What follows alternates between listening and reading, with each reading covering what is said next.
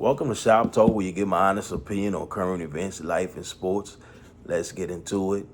Um, Congratulations to the NFL Hall of Famers.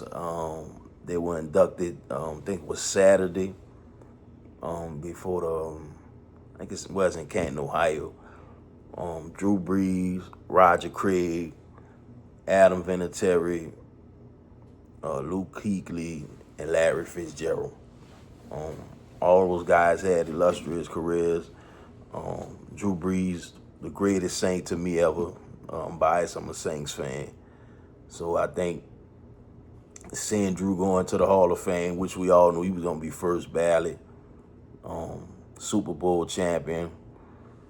Everybody really had great careers. Larry Fitzgerald, I remember watching Larry Fitzgerald at Pittsburgh in college. He was unbelievable. So it wasn't far-fetched to see a guy like him get his flowers. Luke Kuechly, he was division rival for the Saints. He was a great linebacker. I think you say he only played 8 years. 5-time first team All Pro. He was a great linebacker for the Carolina Panthers. Adam Vinatieri. He won the first 3 Super Bowls for Tom Brady with his foot. I think he won his first 3 Super Bowls by a field goal, if I'm not mistaken. So Roger Craig was a great running back for the 49ers. He played with Jerry Rice, them and all them good teams that they were on. And so I saw in his speech he was saying how he deal with dementia. And so I don't know if that's going to be something they're going to look into next as far as the correlation between the trauma from his football career. So it's football season. Training camp is starting. Tempers flaring already. I saw Jamal Chase last week got into it with the guy on defense. I don't think it was too much about that. It's normal this time of year for guys to be feisty. I mean, guys are fighting for the keep their jobs. People pay real bills in this capitalist society. So, it's going to get chippy from time to time. I think I seen with Max Crosby, he hit Kirk Cousins. They wound up getting into it. So I know guys is ready. I know that guy was traded to Baltimore, and the trade was rescinded. So I'm pretty sure he got a chip on his shoulder. But we all know in training camp, the quarterback wears like a certain jersey, a certain color, where he doesn't get touched at all. These guys, they getting paid $50-60 million a year.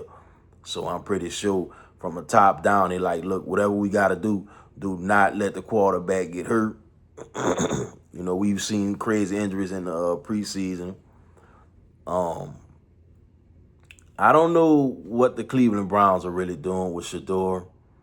I'm pretty sure I know what's going on as far as the owner. I think the Haslam guy, he's looking at his bottom line. He like, I don't want to see Deshaun sitting on the bench and I'm paying him $46 million.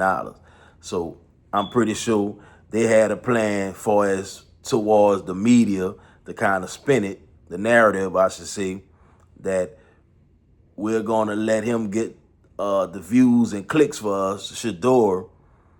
And you put in a plan last week, I think, in the drills. Well, Deshaun threw 7 touchdowns. So he was running away with the job. Now you're giving the first team reps to Deshaun Watson, which that's like a slap in Shador's face. Like I said, with these last 2 years, to me, Shador really does have a lawsuit if he would want to pursue it against the Cleveland Browns. I mean, NFL, really. It was collusion. Shador is not a 5th-round draft pick. Like I said, y'all got some things got to work on, but Shador was not a 5th-round draft pick. The disdain they have for Dion, I don't know where this come from. I really don't.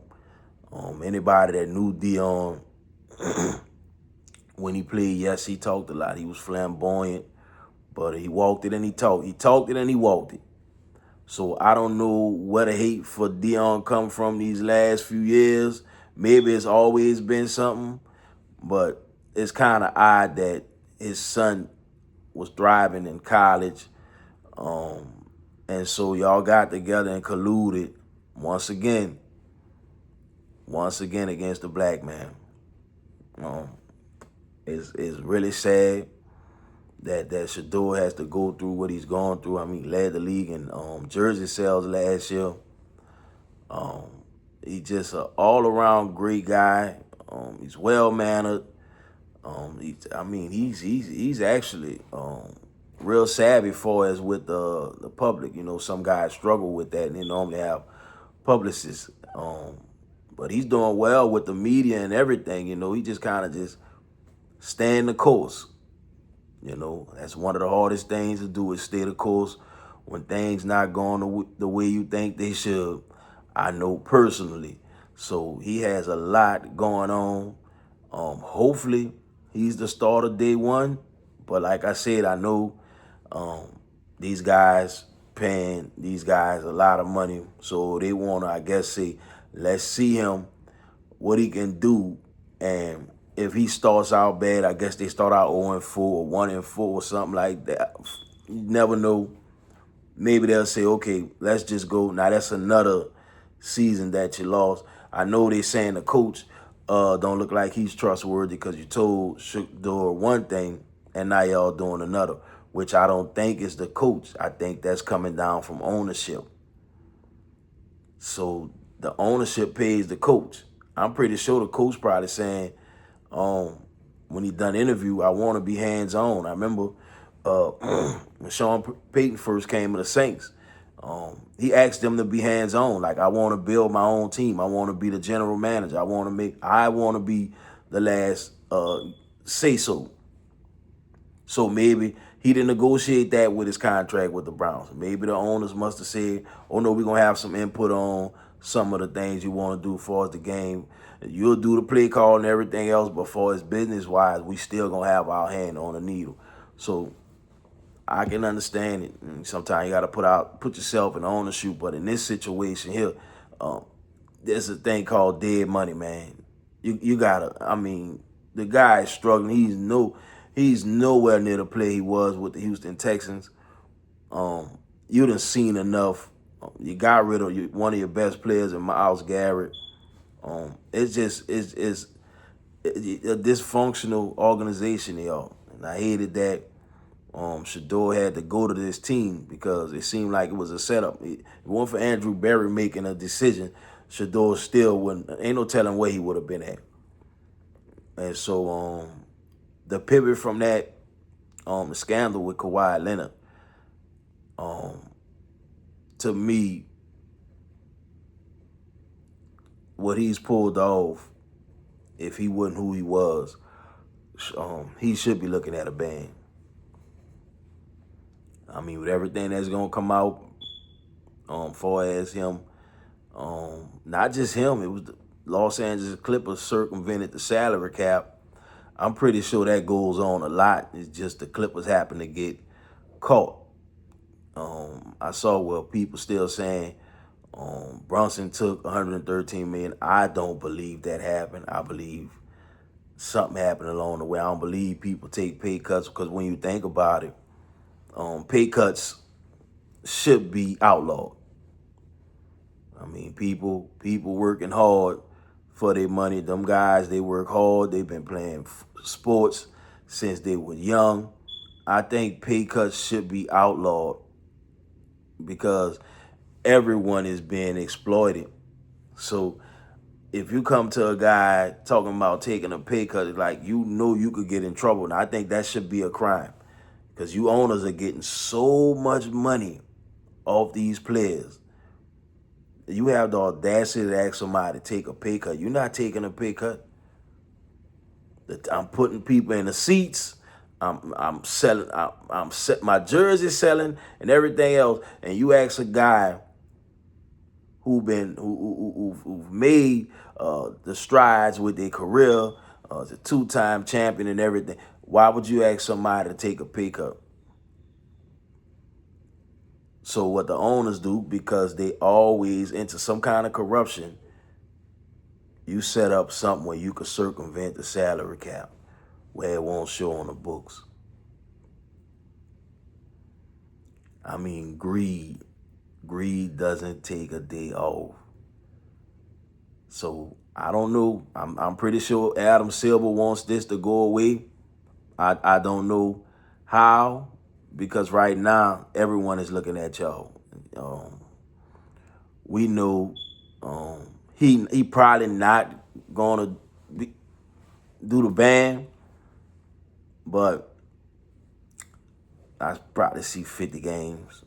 Probably 50 games. They're gonna hit her with some draft capital. Gonna take some draft capital from them. Actually, they said the owner of the Clippers has to agree to the punishment. So what is a rule of law for? You know, if you telling him, yo, this is what I'm thinking, it's cool, he got to agree to the punishment. I don't understand, but I know the sports gambling thing has been through the roof. So, these guys play the long game. They play the long game, even though they know everything is rigged. All that's came out in this last month or so. Everything is rigged. So, but they got it to where people are so addicted to gambling, they play on people's an addiction, like any addiction, anyone can have. So they're actually playing on it to where it could work in their favor at all times. So Adam Silver has a decision to make on Kawhi. It's been dragging out for so long. So now, where do you leave the Raptors? I mean, they traded for him. So now you telling me we won't get the player that we traded for? It kind of makes sense why they let him go back to Toronto, because you try to get him off your books. Because that's kind of odd. Like, Kawhi is one of the best players y'all ever had in that franchise. So why would you send him back to Toronto? So that was kind of odd with the trade. So I guess that's going to be held up. So hopefully things get better. That's for us all. Because everything it look like it's getting worse and worse every day. You're dealing with something, whether it's even on ground zero, people on the jobs having different disputes and stuff like that, because everybody is antsy. I mean, tempers gonna be flaring. Money is getting tight. It's look like it's trying to squeeze juice from a turnip now. That's how bad it's getting for everybody. So that's why I make it a point to always speak on what's going on in our actual lives on ground zero. Whether you're in the workforce or not, or you just got laid off,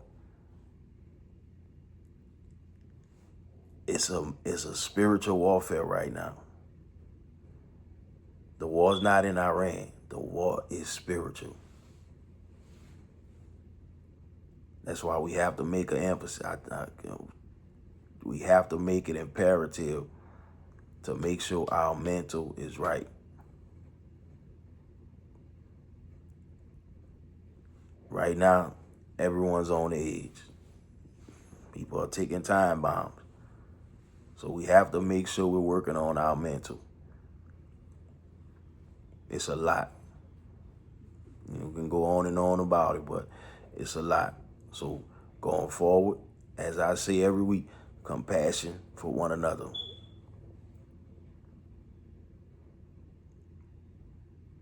We ain't come this far just to come this far. So let's have compassion for one another going forward. One day at a time. I remember older cat I used to work with, he always to say, hey, one day at a time. One day at a time. When you look around, you're gonna be just as old as I am. So that's how I look at it. One day at a time. Stay even keel. Don't get too high, don't get too low. Stay right in the middle. So signing off. Like, follow, and subscribe on YouTube at Shop Talk 84. On X, that's contact_CEO. KONTACK_CEO. On Instagram as well, that's contact_CEO. That's KONTACK_CEO. And until next time,